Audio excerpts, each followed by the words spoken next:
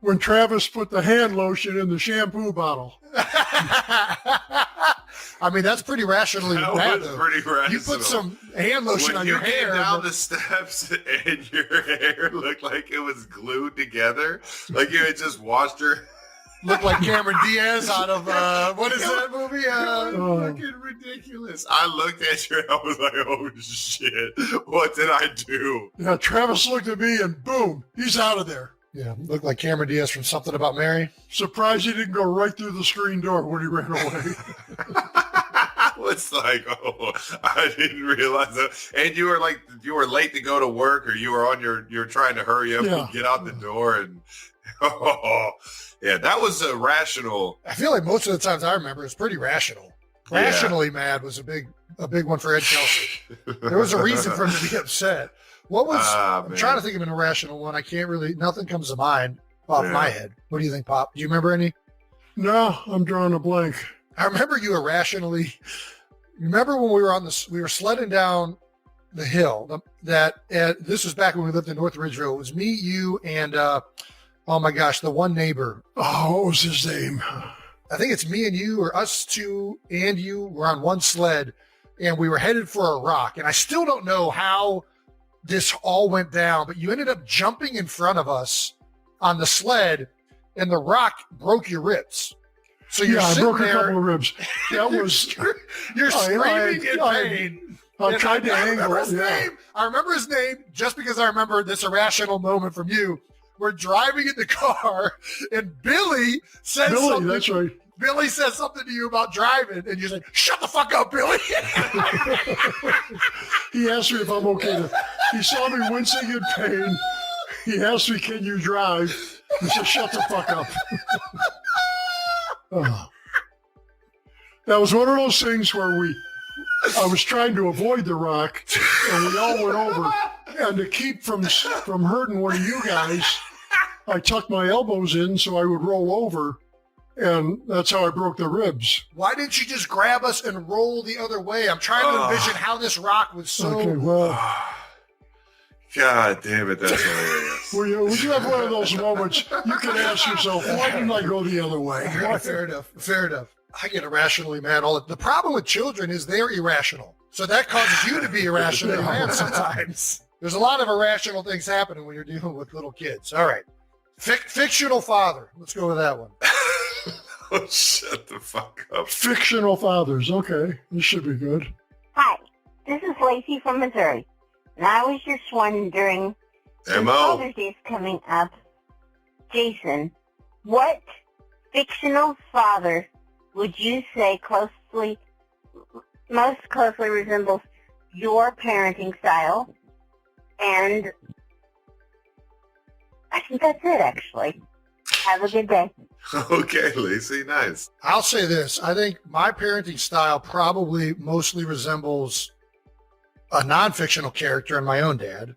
I think that I definitely I find myself being more and more similar to Dad in the way I talk and do things with my children. And I think Dad, I'm trying to think of who's the best fictional character that Dad is represented by.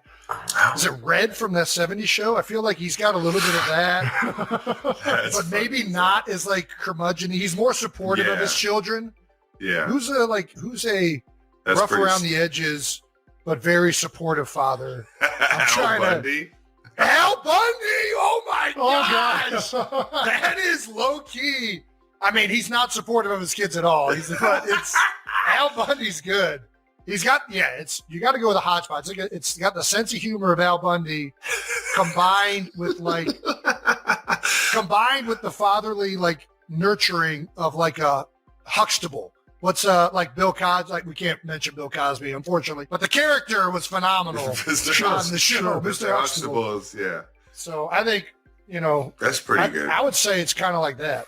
What do you think that's accurate, Pop? I mean, that's damn good. That's pretty good. If you want to go, I'm drawing Ed. What's the guy's name from Married with Children? Ed what? Al Bundy. What's his real name? Oh, you're talking about Modern Family.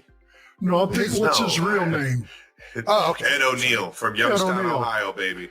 Yeah, played for the Steelers. He played for the Steelers? Yeah, he did. I think it was only 1 or 2 years. Shit. If I'm not mistaken, he was a linebacker. I'm not sure. Are you thinking of Jack Lambert? Look it up, dude. Try me. All right, listen. Brandon, look it up right now. Had a brief stint with the Pittsburgh Steelers. Holy shit. Well done, Dad. Ed O'Neill, baby. And he's from 4 Youngstown? touchdowns, 1 game. He's from Not one Youngstown? season. No, that was game. Al Bundy's big game. Yeah. Polk High. But he did a movie where he was went to his girlfriend's house to get her kid who had been disappointed by his real father, Yes.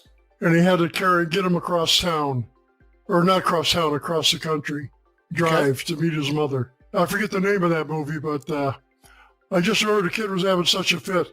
He tied the kid's feet and legs around a hockey stick and carried him out like a suitcase. That's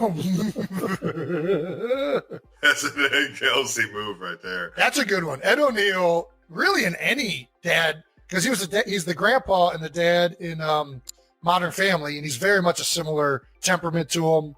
I didn't know he's from Youngstown, but that makes a ton of sense. Northeast Ohio. Yeah, that's a lot of ties right there. Maybe that's why we got so much of that. One of my favorite things ever in the house, and all my friends still say this to this day, is there was never any come downstairs, talk to the guys, let them know you can't do that. It was just a scream from the second floor office. No! Hey! Shut the fuck up. Yeah. And immediately everyone froze. It was like, yeah, we can't do that anymore. All right, yeah, we're done. Yeah, I do remember one time we were at the rink, and Travis and a bunch of kids were playing hockey outside the rink while you were skating. Yep. Yeah. And you know, they used to do that in the one corner Oh, yeah. of the rink. And some people, some grandparents were trying to get by to go up the stairs. And I was on the other side of the rink, and I yelled it out, "Yo!" There's like 7 kids dropped the hockey sticks right away. Listen, it translates. It translates to me. We were at the Phillies game this week, and we took the girls and some family friends brought their kids. And one of the other, I don't even realize this is like a thing that just our family does. But one of the other kids was standing, like, you know what is sweet? How like the front, she was like climbing on the front of it. And I was like, "Yo!"